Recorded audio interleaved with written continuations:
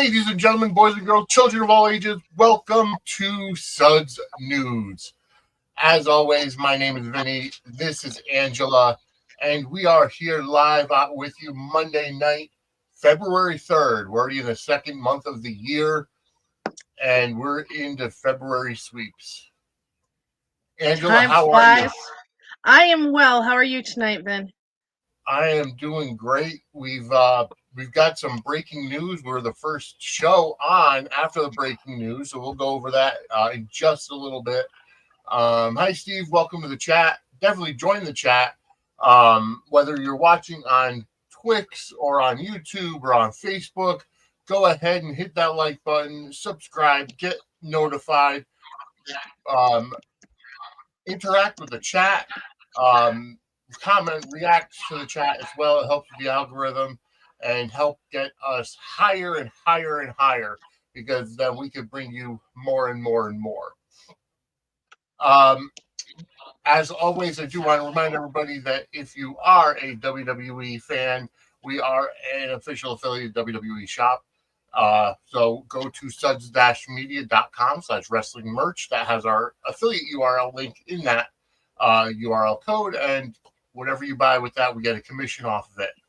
Hello, Donna. Welcome to the chat as well. But yes, Angela, we've got some breaking casting news that we just found out about earlier this afternoon. Devastating. Very devastating casting news. But yes. You know what? Okay, so Charles Mescher played the charming, suave Jack Brennan. And I had so much to talk about with that this week, but I'll still do that. Has departed. We have seen his last scenes. Yep. And he has been replaced by Chris McKenna, who premieres tomorrow, according to Soap Opera Digest. He's already been filming. We already have some behind the scenes pics and pics from scenes they've shot. And yeah, it's very sad. I know there's a lot of information swirling around the Twitter sphere and soap sphere and all of that. Mm-hmm. He wasn't fired. No, he left on his own accord. He chose to leave. It was 1,000% his choice. Yes. And it wasn't because he didn't like working with Laura Wright. No, because I've seen that too. You ridiculous people. Not you, Vin. Them. As a matter of fact, reading the article on Soap Opera Digest, Laura Wright, working with Laura Wright was the reason why he took the job. Yes. He adores Laura Wright. And she had, today when, she tweeted out big love to him when somebody, in with the article about the change. Yes. So it's not that. So it's very, very sad.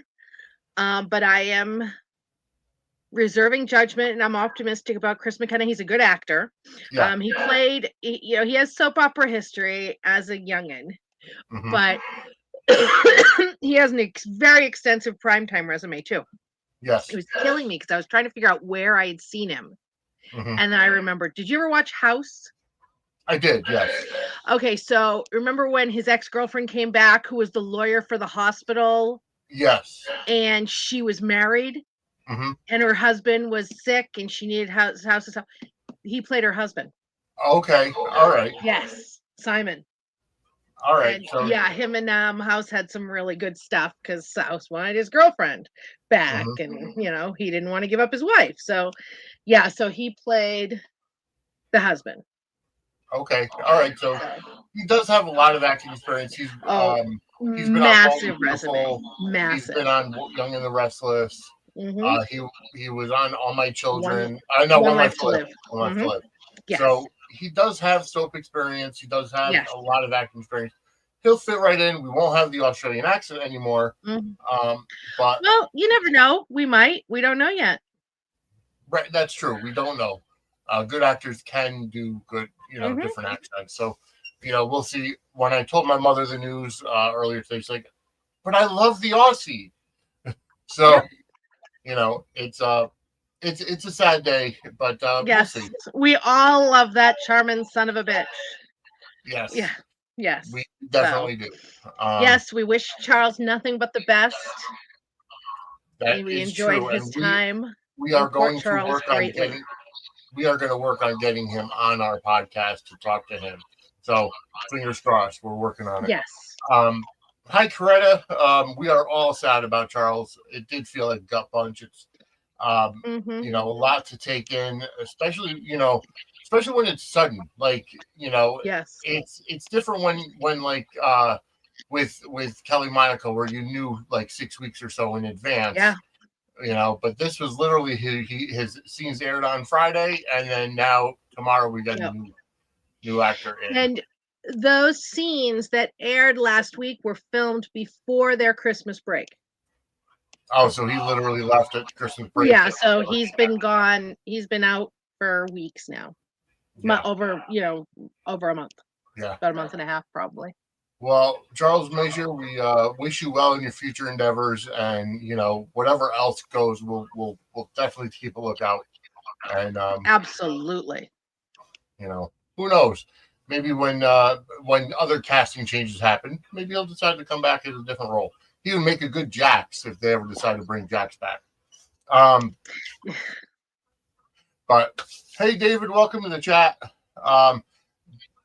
Before we get into last week's General Hospital news, I do want to give good old congratulations to Jey Uso and Charlotte Flair winning their respective Royal Rumbles on this past Saturday, which means they earned their title shots at WrestleMania coming up on April 19th and 20th in Las Vegas. So congratulations, Jey Uso, out of nowhere winning the men's Royal Rumble, and Charlotte Flair making her return to the WWE after a year off. David, Chris's first air date is tomorrow. At least that's what we're led to believe. Yes, that's what Soap Opera Digest is reporting, is that he premieres tomorrow. Yeah. All right. Well, we've got 76 people watching live right now. Thank you so much. Let's keep on sharing and sharing alike, because we're going to get into General Hospital from last week, and just a lot of stuff going on. We found out. Let's kind of start with the picture that's there. The headline of Brennan was attacked in the hotel spa by none other than Valentin. Yes. And was saved. Yeah, by Carly. Carly came through clutch. I loved those scenes with Brennan and Valentin. And Valentin, this is for Prague. Yeah. Because he thinks that Brennan is the one who tried to kill him, although Brennan isn't. Right. And I loved everything we got with Jack Lee all week. Yes. Agreed. Him showing up there when she needed him, and then, their flirtiness in her hotel room, him inviting her to do the spa, but then she's like, no, but then she changed her mind, thank goodness. And I got to tell you, I still cannot get over. So it was so funny when she's trying to wake him up. She's like, if you don't wake up, I'm going to tell everybody you died in your bathrobe. But when he opened his eyes and just immediately grinned at her and was like, I'm so glad you decided to join me. That was a James Bond suave, smooth moment. It really was. And that's all I've been able to think about is that moment. And it was so James Bond of him. Mm-hmm. Just instantly turning on the charm. Oh. Yeah, it was a great sequence of everything. Just we saw, we talked last week how Brennan followed her to Germany, and they're talking in the hotel room, and while he's being attacked by Valentin, Carly's on the phone with Felicia, and she's trying to warn her against. Felicia's trying to warn Carly from getting too close to Brennan, saying that he's trouble. Yeah. Because Brennan was the one that helped to get Frisco ousted from the WSB. Mm-hmm. Yes. So there's definitely some bad blood there.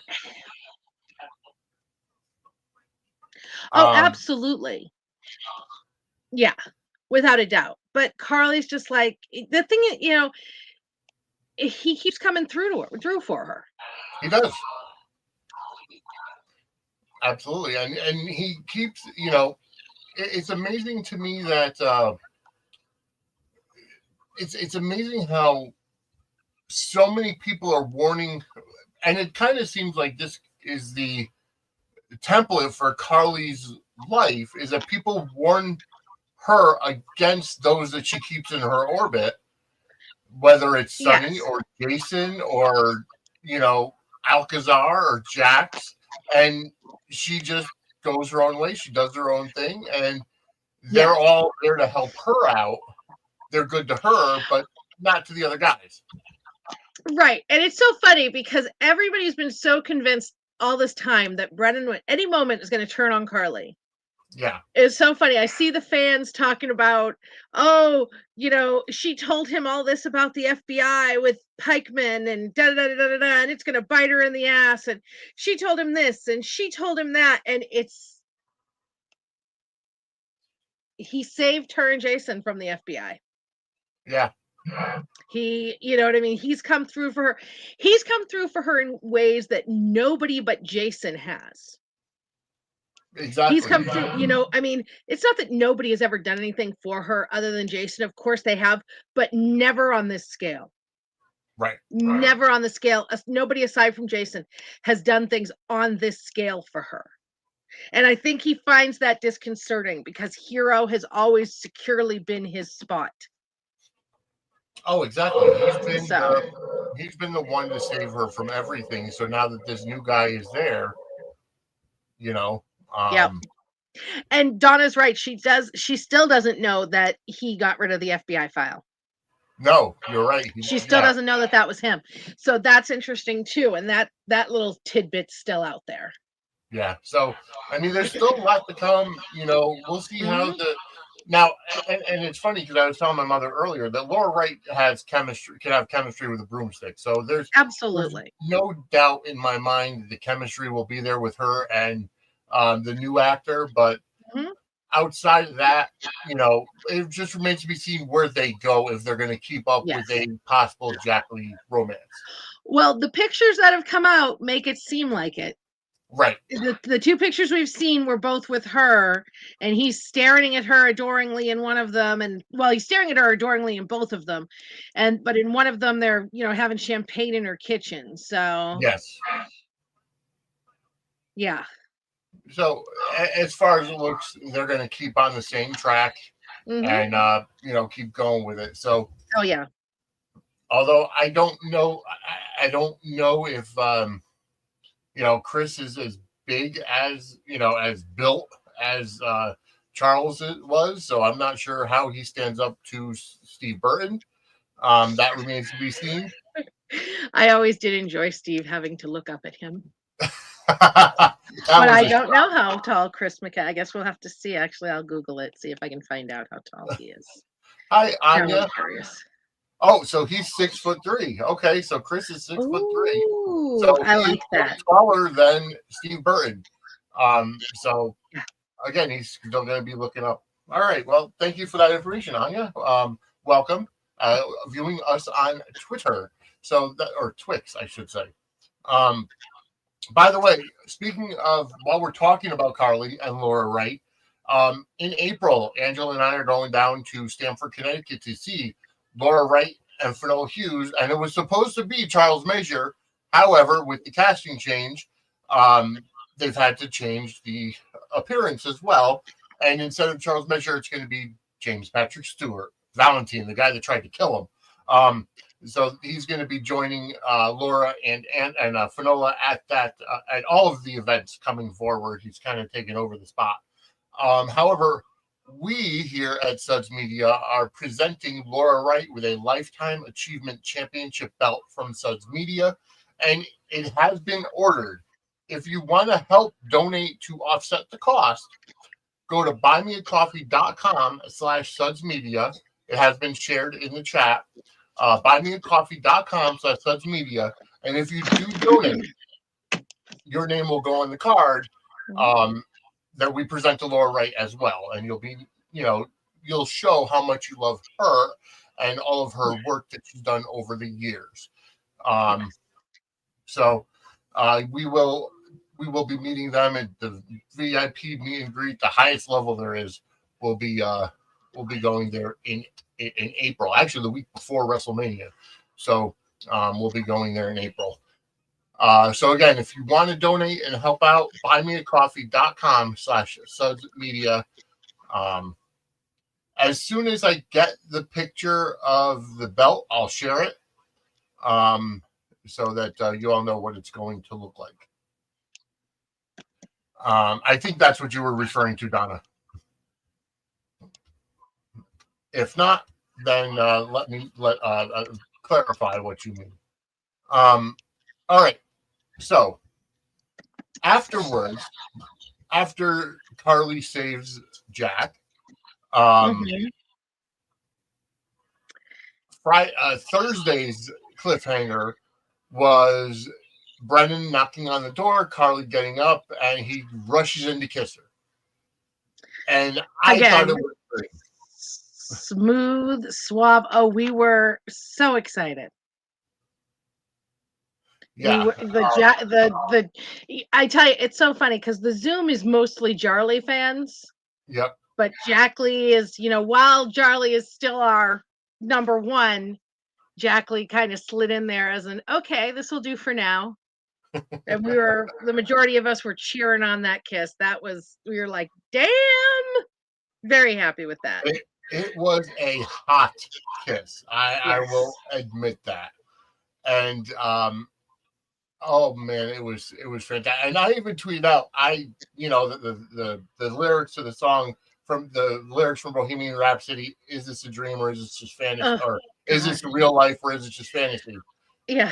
I thought she was dreaming. Yeah, that didn't even occur to me until you said it, and it was like a bucket of cold water, and I'm like, oh, please don't let this be a dream. Please don't let this be a dream. And it was so funny too, because I'm like looking in the previews. We're like one of the previews to see if there was an S. Yeah. An S rating for the previews. There was not. So no sex the next day, but it's okay. It's all right. The kiss was amazing, and then. But it was a real kiss. It was not a part of a fantasy.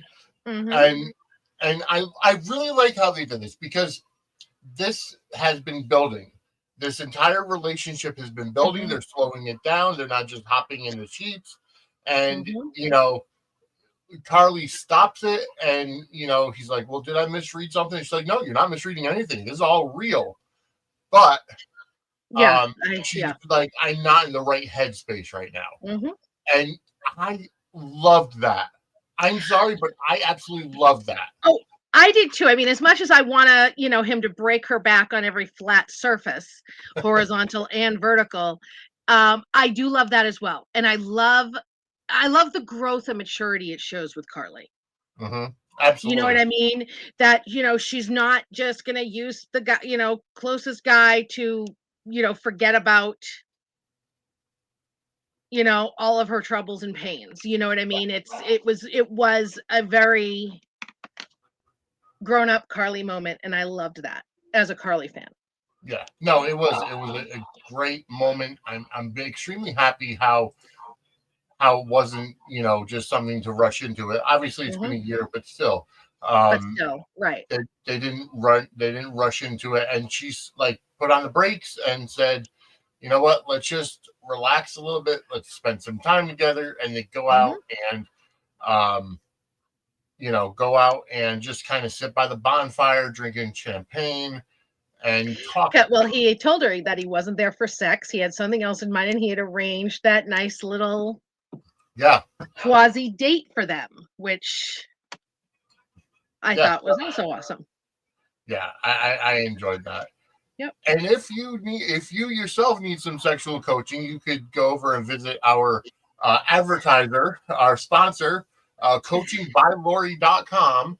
That's coachingbylori, LORIE.com. Use promo code WELCOME for 20% off your first session.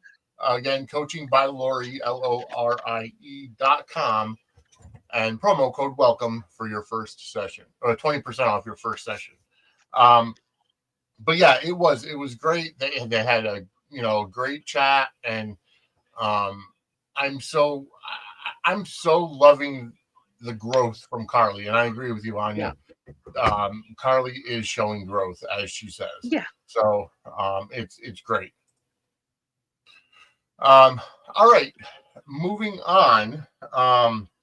Anything else before we move on from Jacqueline that you want to add? One thing I had wished, Yep. and it could still come up, I had wanted him to make a comment about, her, hitting people with things to, a little throwback.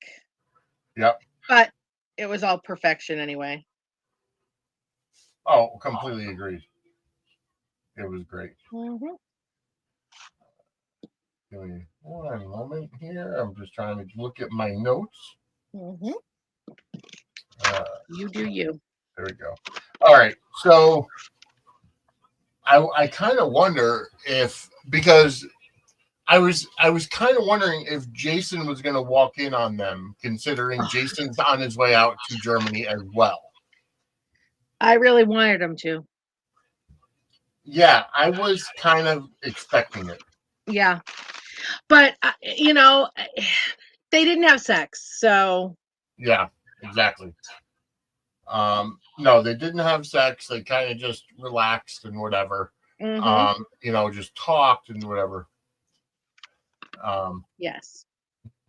But we do know that Jason is on his way to Germany to talk to Michael. Which is why I think Carly's back. Yeah. I think that she's going to say something about how Jason was with Michael, so she came home to whatever. Yeah. Exactly. And the whole reason why Jason is going to Germany is because Jason and Sasha had a very long talk this week. They were talking about Sasha's baby. Jason figured out it was Michael's immediately. And, Jason's like, I'll take care of you. Everything's going to be okay. And Sasha's like, no, I don't want the help. I don't need the help. I told Michael, and Michael agreed to keep him out of it. And of course, Jason wants to get the confirmation. Absolutely. Yes. Go on. Because that's his baby boy. Yeah. Exactly. Jason was in protective daddy mode. Yeah. And it started with his conversation with Anna. Mm-hmm. About the whole Sidwell thing. Yes. And he said to her that, and she was like, you saved him. He's alive because of you. And he's like, I have to do more for him right now. And then the Sasha thing happens. And yeah. And I understand about him wanting to get confirmation from Michael. And no matter how much we love Sasha, and Sasha has grown from her con ways, he basically just kind of called her bluff and said, you said you were a con artist. How do we know you're not lying right now? Right. And maybe Michael wanted to be a part of his life, but now that he's not going to be around, you're taking advantage of it. And it makes total sense. It does. And see, my thing is that, I know that Michael agreed to let her raise the baby without him. Yeah. But I don't think that that's actually his intention, which is why I think he talked her into staying in town. Yeah. In the hopes of changing her mind. Right. Because then eventually, once the divorce goes through, exactly, they can be together and be one big happy family. Right. And who knows? They may hold on to the secret because, believe it or not, I feel like Chad Duell will be back sooner rather than later. We've talked about that earlier. And who knows? Chad Duell, Michael may be back before the baby's even born, so they could, come reveal it. But then again, in soap world, she might be only pregnant for 3 months because, it's been 2 weeks and she's already feeling the baby kick. So, But while Jason and Sasha are talking, she feels the baby kick and has Jason put his hand on her stomach, and grabbed his hand. Get out of here quick enough. Yeah, Jason was just like, okay, this is happening. I thought it was sweet. He was the first one to hold Michael. Yep. and now he's the first one to feel Michael's baby kick. Yep. Other than the mother, which was a sweet moment. But the whole thing was so Cody would see it. Yes, of course. And assume that. Assume that it's Jason's Yeah. baby. But I've heard rumors. Mm-hmm. I highly doubt they're true, but I have to bring them up. I've heard rumors that they're going to retcon things to make it so that Michael is actually Jason's child instead of AJ's. Those rumors have been around for a long, long time. I don't. Honestly, when they had Carly say, because Carly used to always say that her child had the wrong father. Mm-hmm. And that night, she went looking for Jason when she found AJ. Right. And they actually conceived Michael in Jason's bed. Oh, wow. They were drunk and conceived Michael in Jason's bed because Jason was off helping Emily. Okay. Yep. And Carly had a key to Jason's room. And she, her and AJ drank together at Jake's, and then, one thing led to another. So Carly has always said that her child had the wrong father. She said that to Jason multiple times. And then can I help you? Ugh, I don't know what his problem is. Even your dog thinks the rumor's garbage. Yes. Then when she had Jason the other day, when she said to Jason when he was in the hospital, they had those scenes a couple weeks ago. Enough. Yep. I'm so sorry. Stop. That's all right. Go downstairs. Go. Got a couple of run-ins from the doggies. Yes. She said, she brought up how she used to say that. Yeah. And, but she said, but he didn't, he's perfect the way he is. So I'm like, well, if there was any time they were going to change it, this would be leading to that. But I don't know if they're going there. I know a lot of people think that they're going for a pairing with Jason and Sasha, but I just don't know I just don't get that that's what it's going to be. I don't either. I can't see it. First of all, that would be both of the women that Michael is interested in are dating his uncles. Right. Like, which, okay, weirder things in life have happened, let alone on soap operas. Right. But, and May, December romances happen all the time. Just ask you happen. But, the thing is that I don't see it. I don't see where everybody thinks it's leading to a Sasha. Now, it may be something where they're pretending to be together so that, because of the baby and whatever, if that's the route they go. But I don't think it's really going to be something. I don't even know if it's going to be that, because my thing is, I can't see him lying to Danny about this. Right. I can't see him lying to Danny, and I can't see him asking Danny to tell this lie. There's not even, why would there even need to be a marriage? No, there wouldn't. I don't think, quite honestly, I'm just wondering if this is going to lead to, her having another outburst like she did, saying that she was pregnant with her, saying it's not Jason's baby, it's Michael's, in front of everybody. You know what I mean? Yeah. And, I think that, he's going to protect her and take care of her, but I don't think it's going to be him saying, I don't think he's going to say he's the baby's father. As much as I would hate it, as far as, a Michael, because I'm a big fan of the Michael and Jason relationship, as much as I would hate them doing a Jason and Sasha thing because of that, my biggest thing with this is I just don't see them having Jason do that to Danny. No, I agree. And I can't see him lying to Danny if he didn't think that it was going to be a permanent situation. I can't see him lying to Danny about it either way, but definitely not if he didn't think that he was going to actually be this kid's father. Right.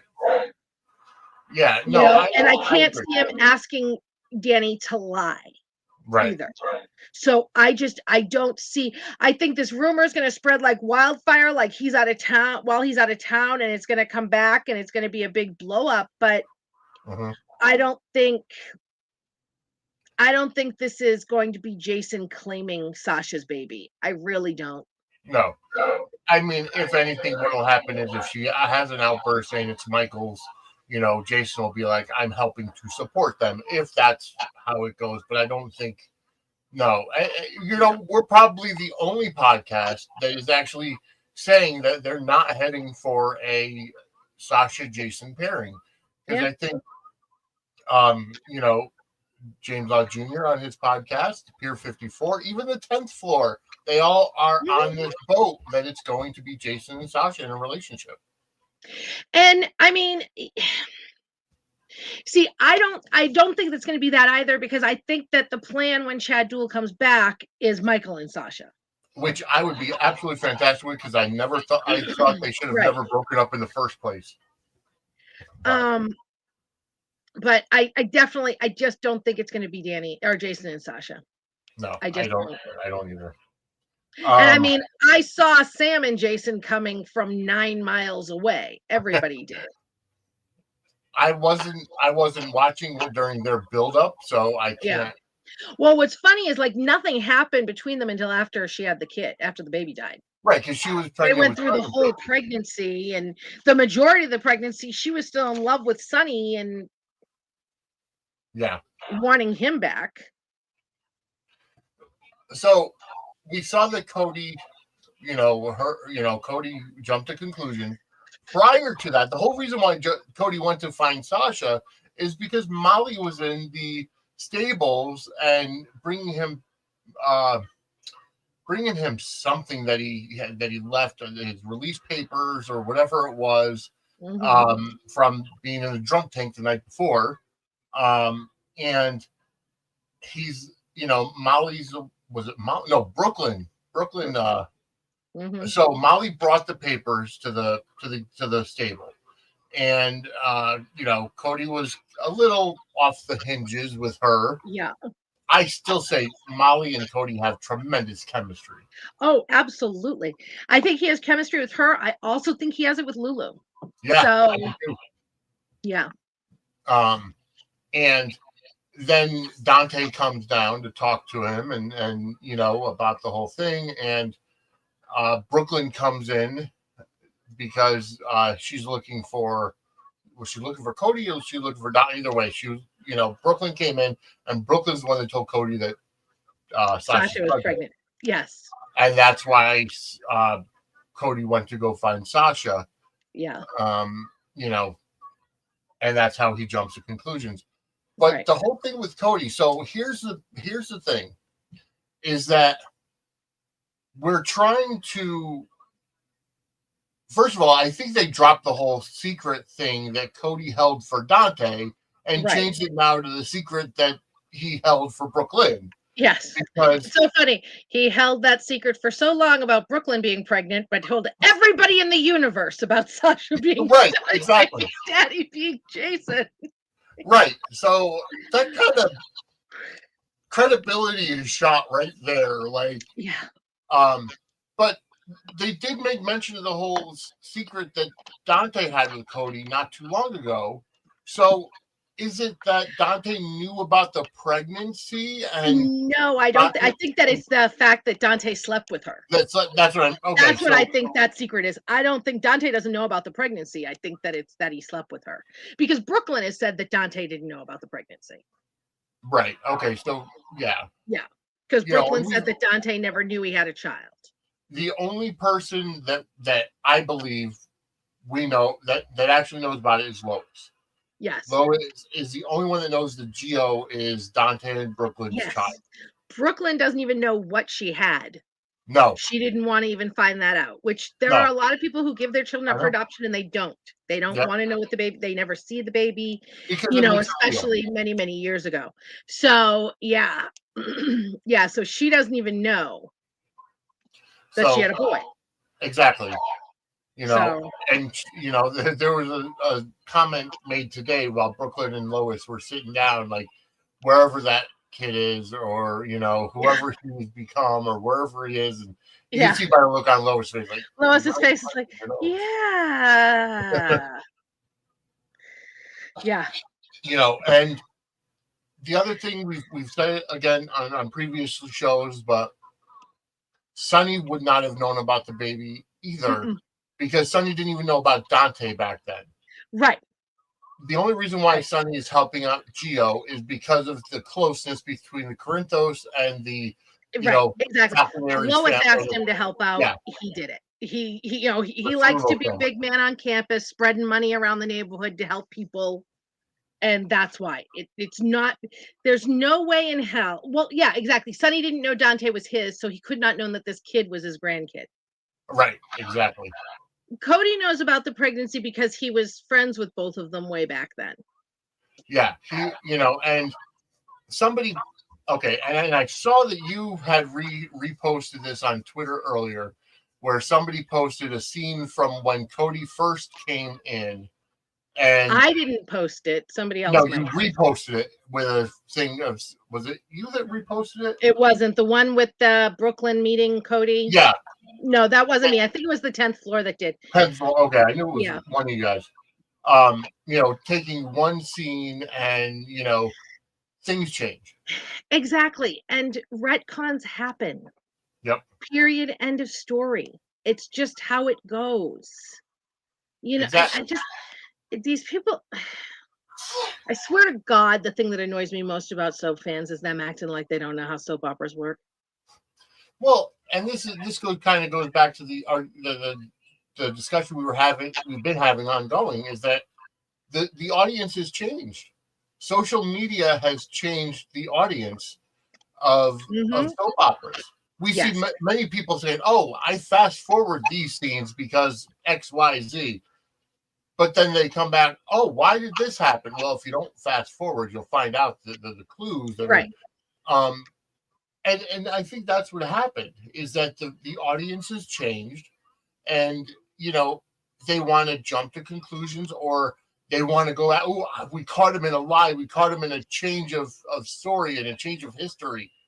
History changes all the time. Right.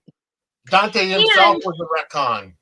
Dante was a retcon, absolutely. And Cody and Brooklyn hadn't seen each other since camp when they were in high school.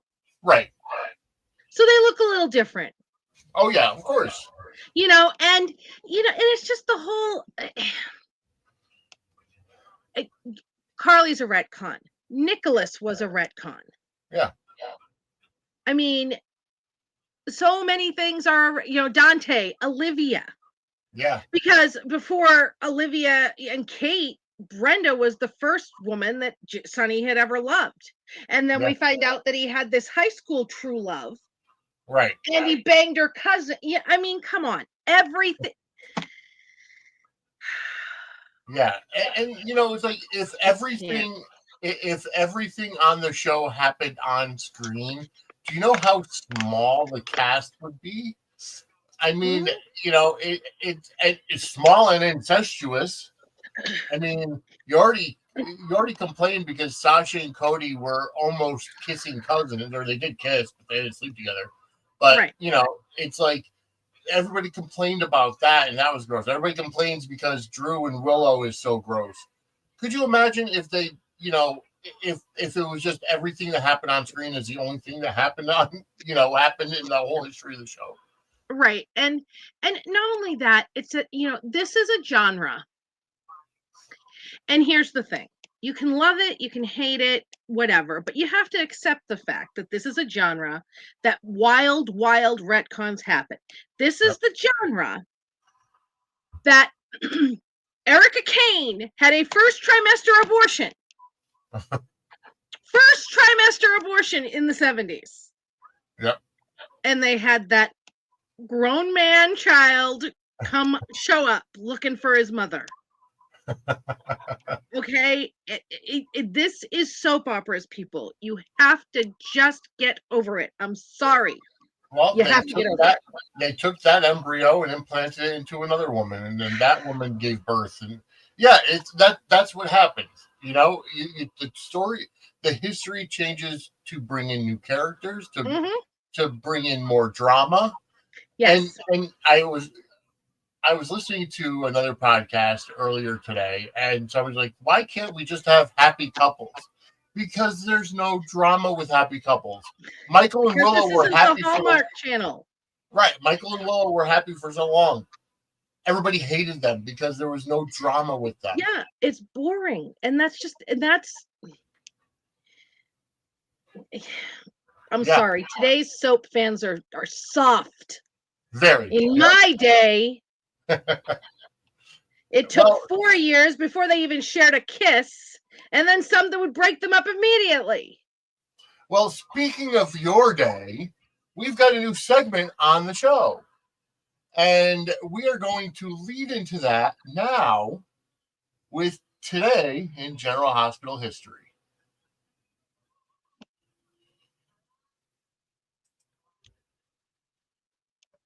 That's our newest segment, Today in General Hospital History. Our historian, Angela, has come up with something that happened on General Hospital with either today or this week, and in the history of the show, because it's a history lesson for me as well, folks. Yes. Well, I have a few things, but I will start with the today. Okay. In 1995, on February 3rd, in General Hospital history, Luke's nightclub opened, and they had a very special musical guest, Okay. B.B. King. Wow. He played, him and Luke were old friends, and he played the opening of Luke's club. February 3rd, 1995, B.B. King's first appearance on General Hospital. He came back for another appearance later, but that was the first one. Mm-hmm. Another February 3rd, Okay. 2017, Franco and Liz exchanged I love yous and had sex for the first time. Some And other I like that interesting. pairing. I was never a huge James Franco fan, although there was a lot of good storytelling with him. Mhm. But when Roger Howard took over the role, I Yes. enjoyed him a lot better. Mhm. So other things that have happened in General Hospital history this week. Mm-hmm. In 1990, Frisco and Felicia got remarried. Okay.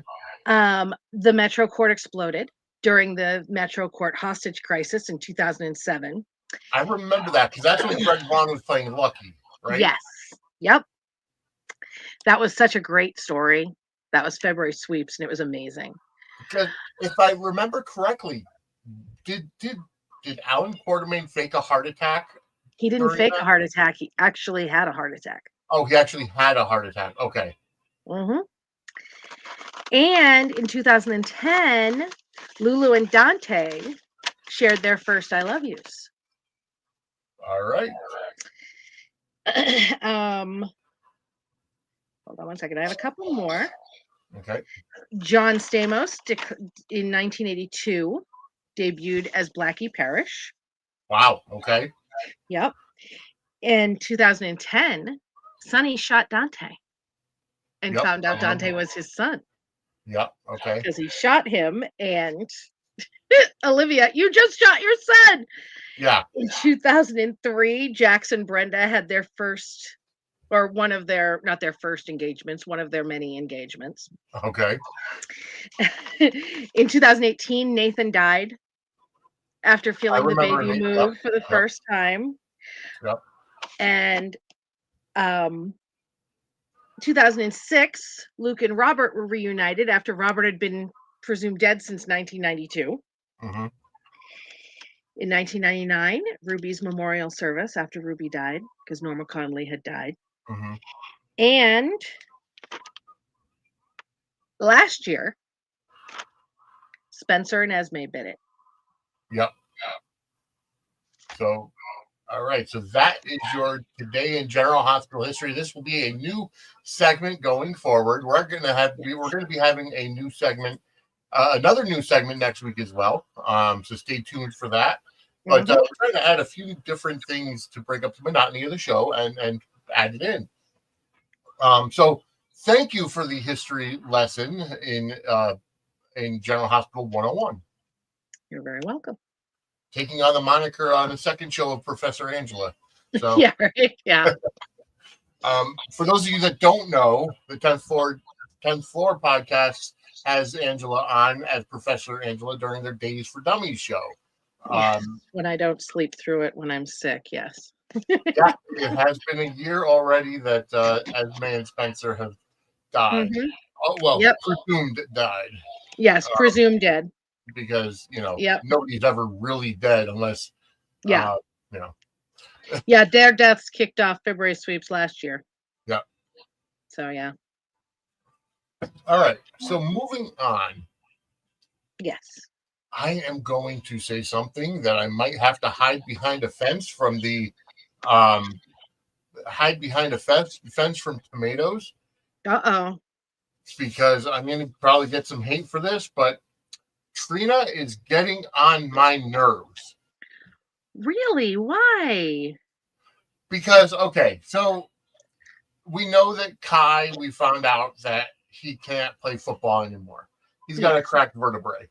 So, now Trina is trying to parade in, first Portia and then Curtis on trying to get him to lift his spirits because he thinks his life is defeated. Yes. Because he only lived for football. Mm-hmm. As a former sports player, I used to live for baseball when I was playing it. So I understand when you can't do something that you love anymore, how much it hurts. And you have to take the time. It's a grieving process, like losing a part of you. Yep.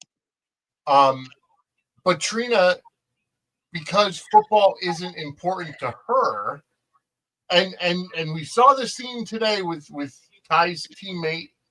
I can't remember his name. Quinn. Quinn.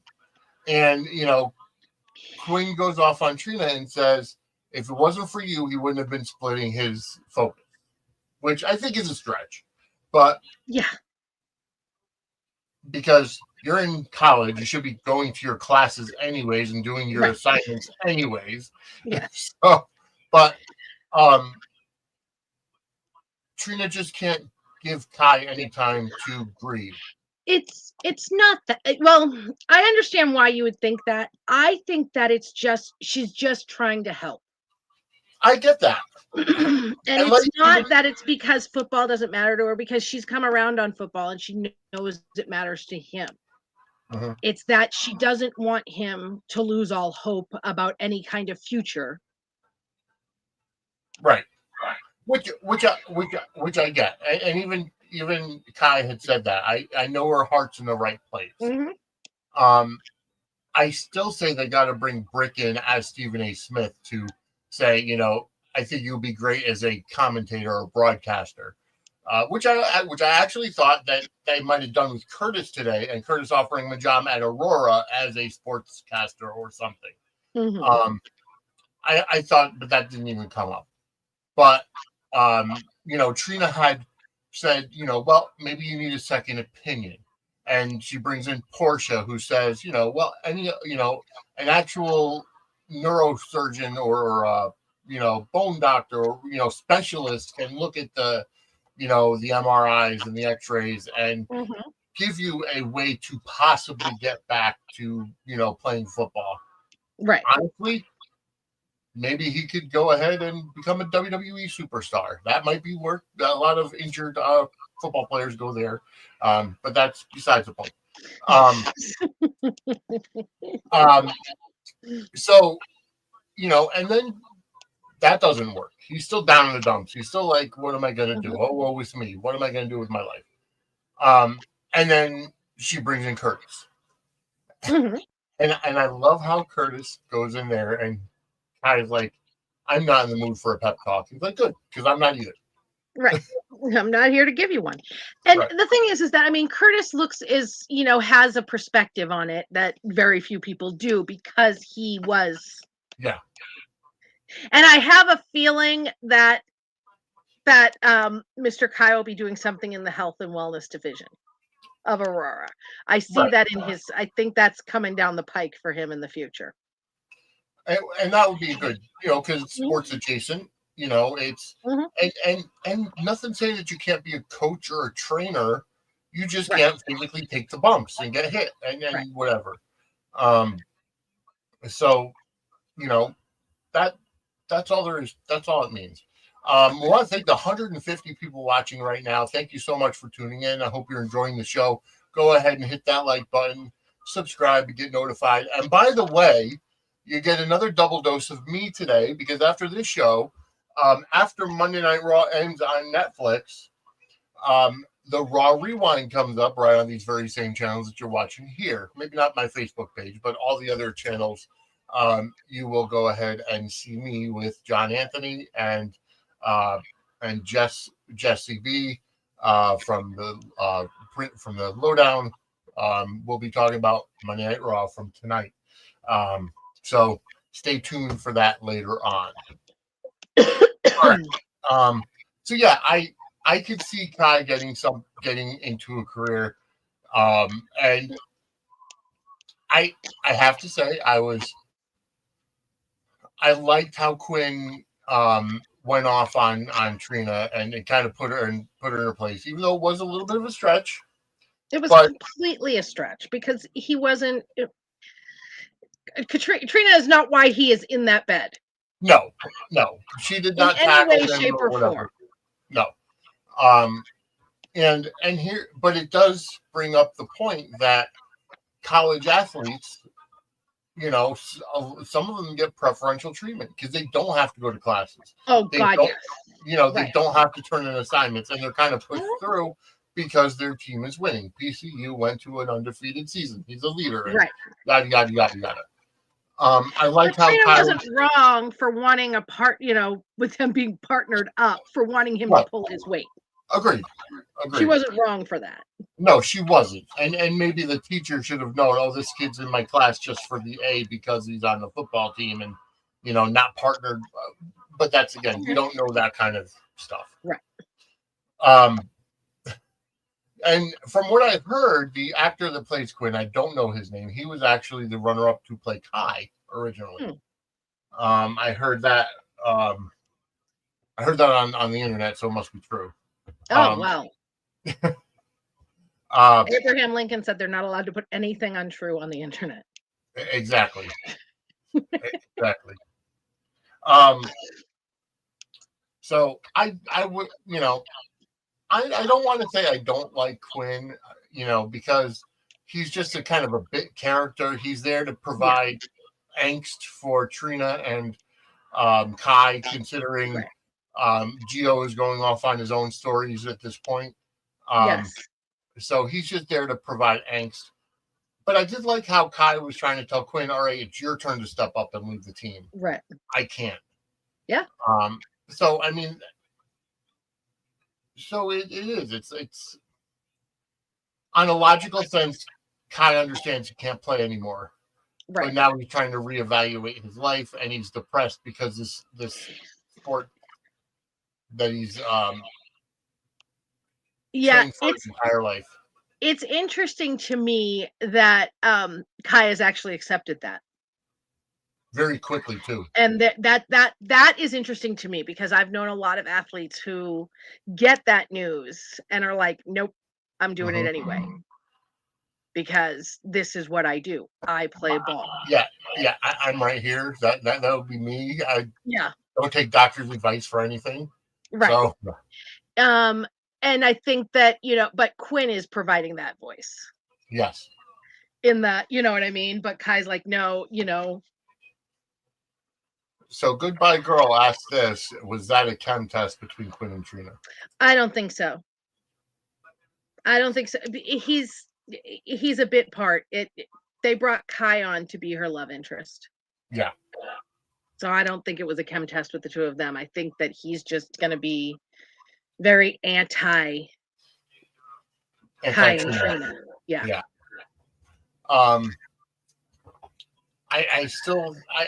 think that, you know, but I did like seeing at the end of that scene that Kai texts Trina and said, hey, could you stop by tomorrow? I want to run something by you. Yes. So, you know, and I completely understand that, you know, they can't have Kai go into a very deep depression and take so much time to come to a realization. They have to speed it up a little bit for television. But I agree, it's taken, you know, very quickly, and he could just be in denial at this point and be like, I can't play anymore. What am I going to do? And I really think the the talk from Curtis helped. Yes. Because Curtis was, told him that he was paralyzed from a gunshot wound, and he sees Curtis standing there in front of him, walking. Yeah. Exactly. He sees that, that's a picture's worth 1,000 words kind of thing. Yeah. And who knows, with the way sports medicine is nowadays, I mean, Kai can easily get a second opinion and be like, hey, you're probably going to have to miss out on, your senior year of college playing football and not go to the NFL. But hey, you know what? We could fix your vertebrae and you could do something else in sports. You could play semi-pro football, and be healed enough to where he won't get paralyzed if he gets hit. So I mean, it can happen. It can happen. Moving on. Oh, goodness. Moving on. I want to kind of go back a little bit. I saw a Quiet Star put this in the comments. I'm actually loving the BLQ and Lois scenes. Yes. I completely agree. They've been great, and we've seen a lot of them this week. With BLQ, with Brooklyn in general, she's been all over the place this week because both her and Chase got their results of their fertility tests, and Brooklyn is a-okay. We know that she carried a baby at one point, and her womb is ready for an inhabitant. To put it bluntly. However, yes. Chase gets his results as well, and he's with Willow while he gets his results. Yes. And in this situation, now I know what I probably would have done the same thing that Chase did and said, "Hey, you work in the medical field, you could read these results. Right. What do they say?" Right. And Willow's reading, and she's like, "Oh, you better call your doctor." He's just like, well, no. Yeah. Now you have to tell me. Yeah. Exactly. Like, I'm asking you. You just, you know how to read it. Just tell me. Right. And she's like, "No, I think you should call your doctor." He's like, "No, just tell me." So she tells him that he's sterile. Yes. His little swimmers ain't swimming. So, he's obviously feeling dejected, and Brooklyn comes in later on and says, "Hey, got my test back. I'm all good." And, he's just I'm going to get rid of all the apps and we'll just wait until it happens naturally.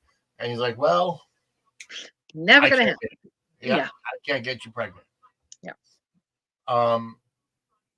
So I felt bad for Chase too. And I did too. Chase is a good guy. I did feel bad for him, but I think someday he'll get his miracle baby. I'm wondering if it was a result of him being poisoned by Peter August all those years ago. Yeah, probably. Was it Peter? Yeah, it was Peter August, right? I think so. So I think that's what happened, and that's what killed off all his, his sperm. The little swimmers. Yeah. And yeah, there are other options, and I'm sure that Brooklyn and Chase will talk about those other options, whether it's IVF or adoption or what have you. Find a sperm donor and everything. So there are other options out there. I don't think they'll last long enough to get there, though. I don't either. Once she tells Chase that she had a child with Dante, so there's two secrets that are going to be coming out. One is the fact that she had a child with Dante. The second secret is that child is living in the Quartermain household, and it's Gio. Right. Are they all going to come out at the same time, or are they going to separate them? I don't know, because I mean, it's so much. I don't see it being able to be separated. Right. Because once, I mean, it can be, but everybody's going to be pissed at Lois. Yes. Like Ned, Sonny, Olivia, they're all going to be pissed at Lois for not telling them. Yep. And especially Ned. Jeez, could you imagine not knowing that your daughter had a child? oh my God, yeah. Well, you know what? I think Sonny's going to be the most mad, quite frankly, because he's a dick. And he's going to be like, where's my grandbaby? Now, I'm wondering if they're going to do something where, Gio gets hurt or something. Yeah. Oh, he needs a donor, and let's have the whole place tested. Right. Similar to how they found out that Julian was Sam's dad, or Brooklyn does, or Dante does. You know what I mean? There's a lot of ways this can go. Where that secret comes out. I don't know if it's all going to be at the same time or not. Yeah, I mean, David, I'd like to believe that Chase will be too, but he was already not happy about the idea of something going on between Dante and Brooklyn in the first place. Right. Yeah. And Brooklyn lied to him, and that's a big thing for them. Yeah, exactly. He's been sitting here saying, I'm so glad we're doing this for the first time together for all this time, and she's just been staying quiet. He is going to be mad that she lied to him. Exactly. Yeah. And not to mention, it'll also cause some friction between Chase and Dante, because Chase will be like, hey, you got my wife pregnant, and I can't. Yeah. And I can't. Exactly. Because this is the thing, is that like a lot of men, well, it happens with women too. It really, I've known a lot of people who dealt with infertility stuff, and it like really, like men, it like makes them doubt their manhood, and women, it makes them doubt their femininity, and stuff. And no, Gio was adopted by a cousin. Yeah, it was a cousin. Yeah, Gio was adopted by somebody in the family. Right. So he's already, having these feelings about feeling like less of a man. Mm-hmm. And he can't get his wife pregnant, but his partner and best friend already did, and he never even knew they had sex. Exactly. It's not going to be something he can just take and be fine with. It's just, in real life, it wouldn't be something somebody would just take and be fine with. And on a soap opera, absolutely not. Exactly. Absolutely not. Exactly. And I still hear people saying, oh, well, it could still be Cody's kid instead of Dante's. Cody being the father does not cause nearly as much drama as Dante being the father. He flat out said that it's Dante's kid. There was no question. It could have been yada, yada, yada. No, it's Dante's kid. And Cody doesn't question that it's Dante's kid. If he had slept with her, he would also be questioning if that was his kid. Exactly. Yeah. He didn't sleep with her. It's Dante's kid. Right. And the story isn't good. It being Cody's kid doesn't make sense. No. And now, folks, I do want to put this out there because I've seen the memes, and I know it's all said in jest, but Chase is not, sterile because Brooklyn won't get undressed during sex scenes. That's not the part that's not working. Right. Exactly. So, I just want to put it out there because I've seen the memes and the comments, and before we found out that he was sterile, the whole reason why they couldn't have babies because she doesn't get naked for sex. That's just, can't wear a full pantsuit in bed. But we've addressed that before. The actors don't want to get, or Amanda Setton doesn't feel the necessity and doesn't want to, show off her body because of her religion or religious choice or whatever the case is. And the producers are okay with it. So it's a moot point. Yes. And the thing is that Josh Schwickard said the same thing. Yeah. He used to do love scenes and stuff like that, but he has said he doesn't want to do them anymore either. Right. So and probably because his wife goes the whole cast now, could she come on? Well, him So and his wife did a thing where they, an interview where they were talking about how, now that they have kids, they think about, someday what their children are going to see that they did yeah, on screen, and they want their values to reflect, which is fine. I yeah, mean, that's their choice. exactly. That's their choice. Absolutely. All right. Moving on because we're already over an hour into this. We still got more to talk about. Um,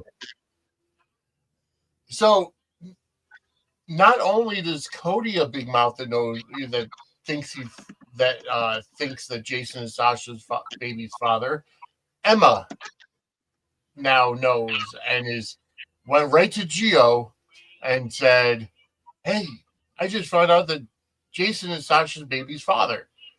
Yeah, And I liked how Gio was trying to be like, "Well, it's really not your place to tell." He yeah. would have He's said like, something. yeah, He's like, "I don't think so." I yeah, like, yeah, I liked how Gio was kind of being the voice of reason. yeah. And she's like, I gotta call my mother, and I've got to call my. Yeah, I And her got to call mother my is brother. I gotta Jason's call my ex-girlfriend. yeah. I got to call my uncle, being Robert, No, grandfather. grandfather. You're right. Robert is Yeah, her, yeah, because right. Robert is Robin and Slasher's Yeah, father.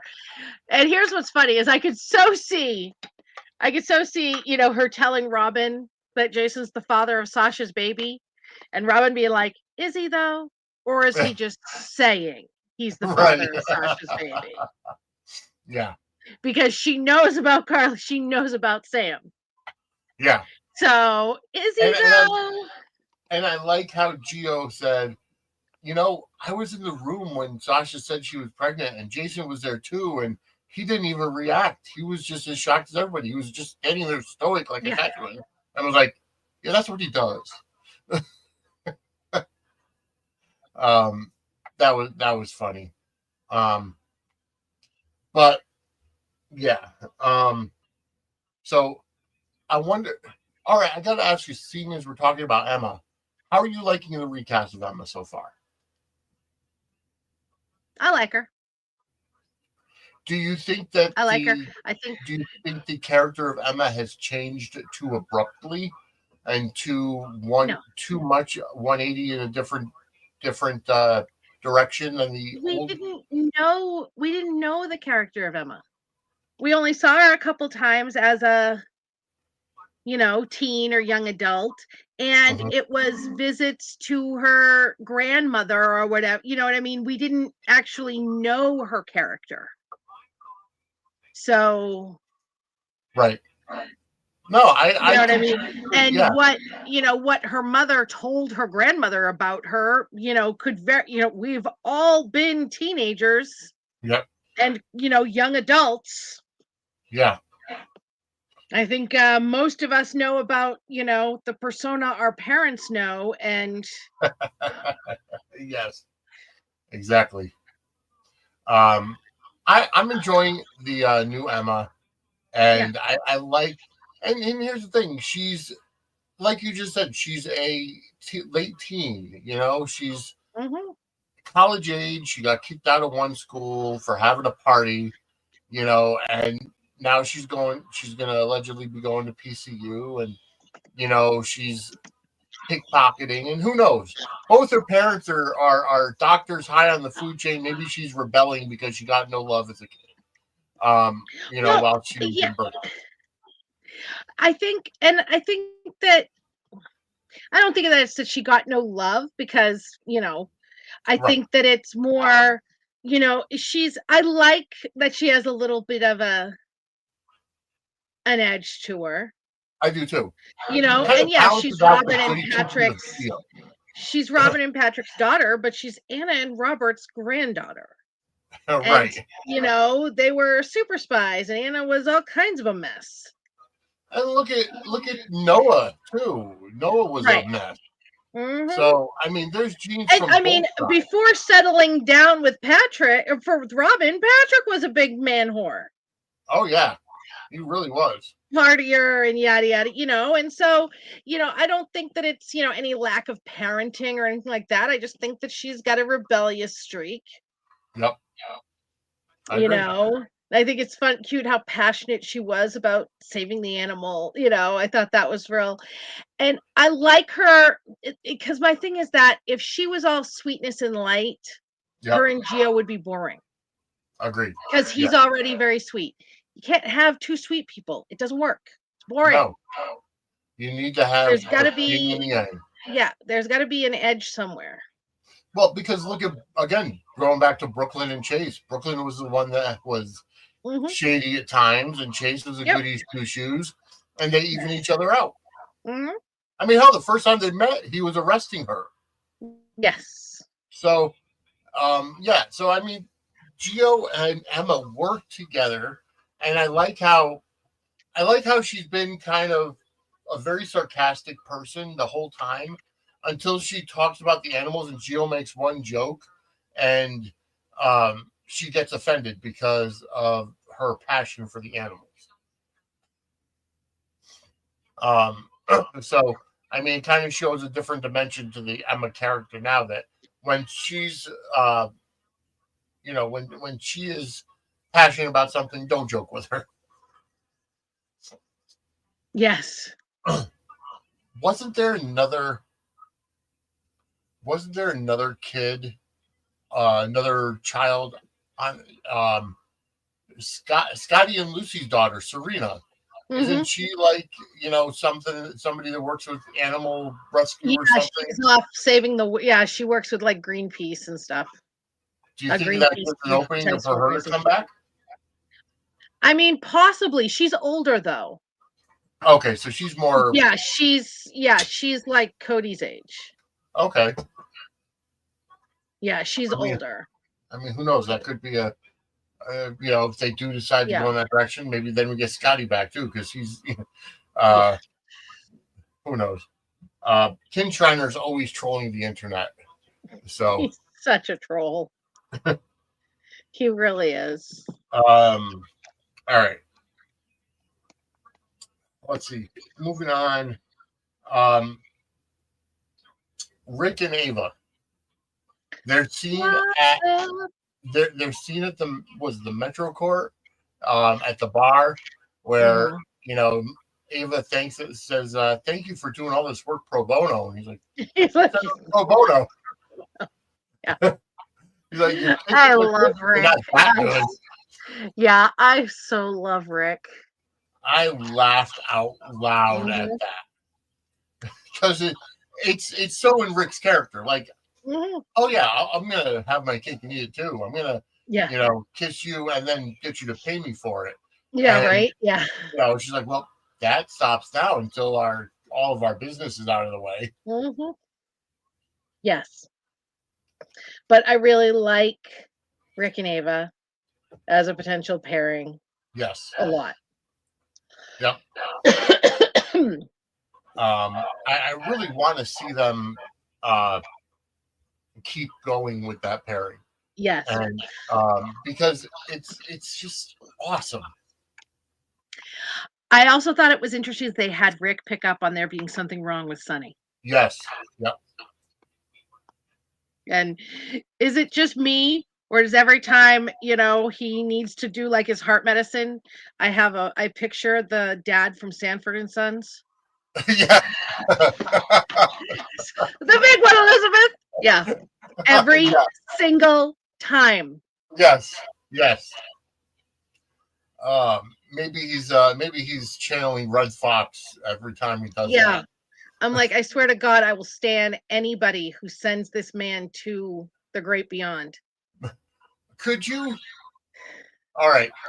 Picture a scenario, if you will. Sonny is having an episode, needs his medication, and the only person that's around is Tracy. And she withholds the medication from Sonny. Oh God, that would be a glorious, glorious scene and a glorious throwback. Yeah. It really would. Especially because, I mean, honestly, that could be how he went out. That would And be great. it would be epic. Yes. Absolutely epic. Hi, Nathan.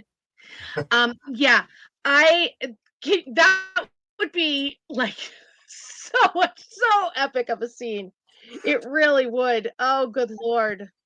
I All hadn't right, even thought about that. I thought about Elizabeth Ava doing Corday, it. Chris Van Etten, we know you watch. You got to write that. That's got to be the way that Sonny goes out. Yeah. Oh Oh man. God, that'd be glorious and beautiful. But yeah. Yeah. So yeah, Rick picked up on stuff that Sonny was off because Rick and Ava did go see Sonny and Diane in the Yes. at her office, and they're saying they're still going to go through the lawsuit, and because they're going to call Christina to the stand, and Christina held her cool. Yes. Donna says she's But all Rick in. was also right. Yep. Rick was right that it's different standing there in that office than being on the stand. Oh, absolutely.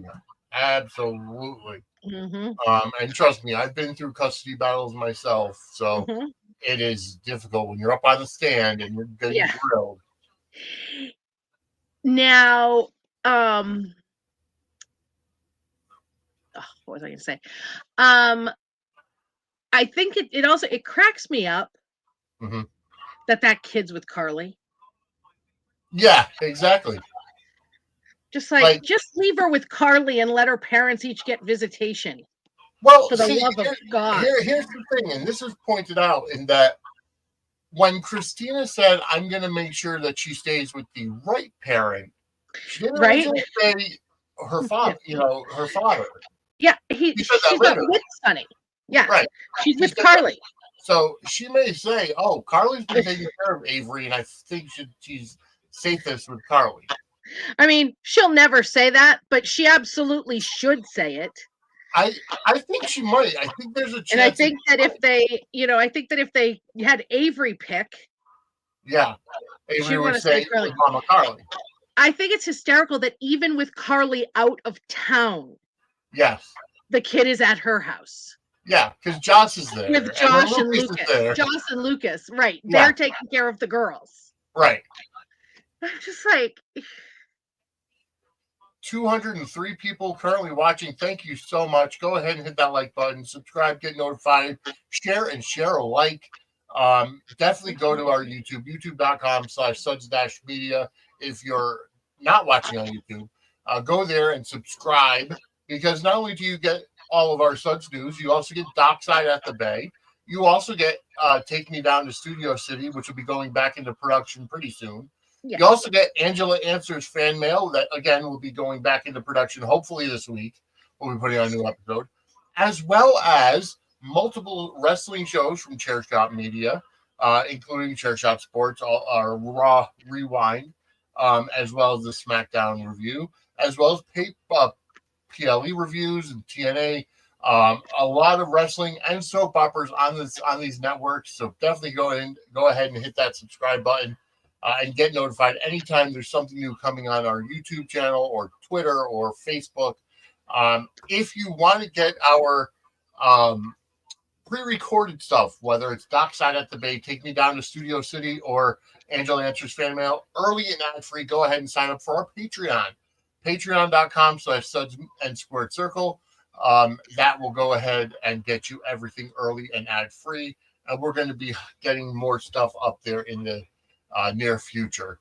And again, if you do want to help out, help and donate to offset the cost of the Lifetime Achievement Championship belt for Laura Wright that we're going to present to her in April, go to buymeacoffee.com/Suds Media and donate. And if you do donate, your name will get added to the card that we give her with the belt in April. So buymeacoffee.com/Suds Media. Yes. All right. I got a couple more things to go. I gotta give, no matter how much it pains me, Nancy Lee Grahn has a lot of scenes this week that she could be an Emmy winner for. Yes, I think she's absolutely going to get a Best Supporting Actress nom. I really hope so, because she deserves it after this week. Oh yeah, I mean, I love Nancy Lee Grahn. We share the same politics, so that I don't have an issue with that. I know a lot of people do, but she's a phenomenal actress. Love her politics or hate them, she's a phenomenal actress. Oh yeah, she is. She is. I can't deny that. Political stuff aside, she is fantastic in that role, and she has been for a long, long, long time.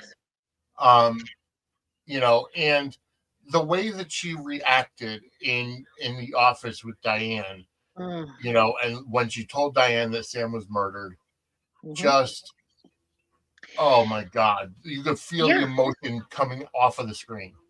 And then even today with Sunny, I mean, they have a really great vibe too, but even today with Sunny, where she was, saying that she hates this world. Yeah. That was just really real. It was. And she just played it so great, just amazingly. She did. Absolutely. I can't deny, the fact that she was fantastic in that. Yeah. And we still have yet to have the will reading of Sam's. Or did we have it already? Because I know they were looking for a real, like a newer will that Diane there had. Wasn't one, though. That was just the one Diane had. Okay. The thing is, I mean, the only thing that Sam really had was the penthouse, which I'm assuming now was destroyed when Sunny's was destroyed. But still, that's true. I mean, it would have just, gone to the kids, because her wishes for the kids carry no legal weight with their fathers being alive. True. Yeah. So none whatsoever. No legal weight at all. So, and Alexis even said that. Yeah. Yep. So I'm not sure that a will reading is going to happen or would matter. Right. No, that makes sense. But we now know that after we figured out that everybody was getting murdered with Sam and Dex and the other people, Liz and Lucky come up with a scheme to get some more patient's information from Turning Woods. Yes. And oh my God, this felt like a Three Stooges type of deal. And that's always been what it was with them. That it very much was a throwback to the Musketeer days with them and Emily and Nicholas. I thought very much a throwback to them, to those days. And they go to Turning Woods. Elizabeth is supposed to be meeting with one of her friends or former worker, former colleagues who works there. Not working that day. Yeah, not working that day. And they're talking to the nurse and trying to be like, "Hey, I'm here on behalf of my uncle," and which a complete bullshit story that anybody could see right through. But it's funny, Lucky is a Spencer. They work well off the cuff. Yeah. And so the director of Turning Woods comes out and says, "What the hell are you doing here?" Yes. Like, I felt that was a little harsh at the very beginning. Like, I can understand saying, "Hey, what can I help you with?" And then, after Lucky's like, "We're going to sue sue this place and everything," then get a little edge to your voice. I felt like coming out and saying, "What are you guys, what are you doing?" It's funny. I loved how quickly he pivoted. Yes. Lucky pivoted to that. Yep.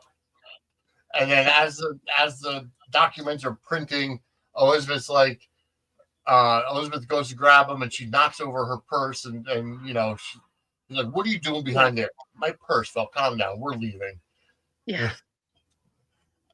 It was funny. It was a funny story, a funny, little thing, but it got the job done. Yes.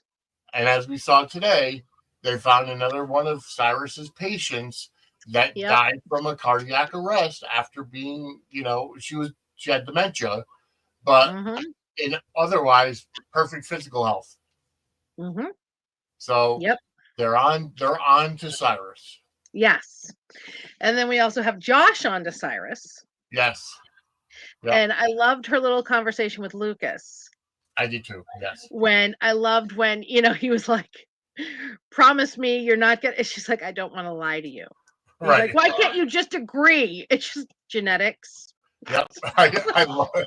Perfect. I cackled. I Yep. cackled at that one. Like, yeah. All right. So last thing to talk about. Um, let's see, because Sidwell. Sidwell Yes. meets Laura, and Yes. Laura's trying to push him out of town. Yeah. You're But not now, welcome around these parts. yeah. But now the news is getting out to Lucky and Isaiah and Sonny and Alexis that Sidwell. Well, Alexis already knew because she gave him the title of the house, but Yeah. um, Yeah. Sonny's just like, oh wow, Sidwell. Yeah, going to LA. Sorry. yeah. You guys got this though, right? Yeah. So Sonny's going to LA, to the point where he's Brick made him the doctor's appointment in LA because it's so far away that none of the 5 families will know that he's sick. Although I don't remember, wasn't there a West Coast threat a couple years ago? There was, but I thought that was Cyrus. It was weird. No, it wasn't. It was after Cyrus. Really? I thought that was before Cyrus. It was after Cyrus was already in jail, but before he was back in the picture with things. Oh, okay. Yeah, it was a West Coast. It was weird, but it kind of just got dropped. But whatever. It's just funny that nobody in LA will know anything, but there was a West Coast threat. Yeah. All right. So I got to ask, because I've, again, been hearing through the rumor mill. Do you think Natalia has something to do with Sidwell? I think he's her ex. Okay. I think it's possible that he's her ex, and the father of one of her children. I don't know for sure, and I don't think that she's in on anything with him. And I don't think she's like trying, I have a feeling that there's some connection there. Which would be good, because without Blaze, and I don't get me wrong, Eva LaRue is fantastic, but without Blaze, she actually serves no purpose there. Right. And she's only there because of Sonny. I mean, Sidwell could also be her brother. That's true too. Yes. You know what I mean? And they're estranged or something because he's this big bad guy. But it's also would explain why she's not freaked out about Sonny's line of work. Right. Yeah. Because she's used to it, kind of thing. Like Ava. Yeah. So. Yeah. Got a couple things to think about there. Overall, great week of shows again. We're into sweeps week. We're going to see a lot more coming up. February sweeps month. So this whole month, I mean, it's been rocking on all cylinders for the past 6 months or more, and it doesn't have any signs of stopping anytime soon. Nope. Love it. Loving it. Loving it. Loving it. Absolutely. So any final thoughts about this week in General Hospital? No, not really. I think we've covered everything. We did. We covered everything. Chat, thank you so much for tuning in. As always, 219 people watching live right now. Again, in just about an hour to an hour and a half, when Monday Night Raw goes off the air, we'll be back on. I will be back on with John Anthony and Jesse B with the Raw Rewind. Say that 10 times fast. And we'll be back for Suds News next week, next Monday, 8 p.m. right here, as always.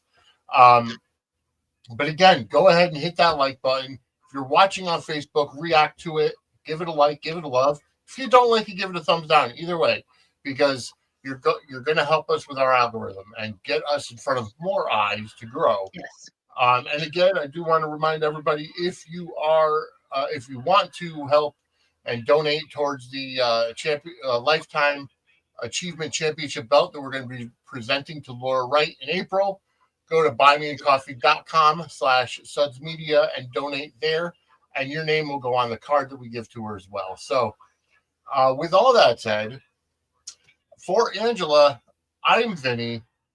We'll see you next week for Suds News. Have a good night, everybody. Have a great week, guys.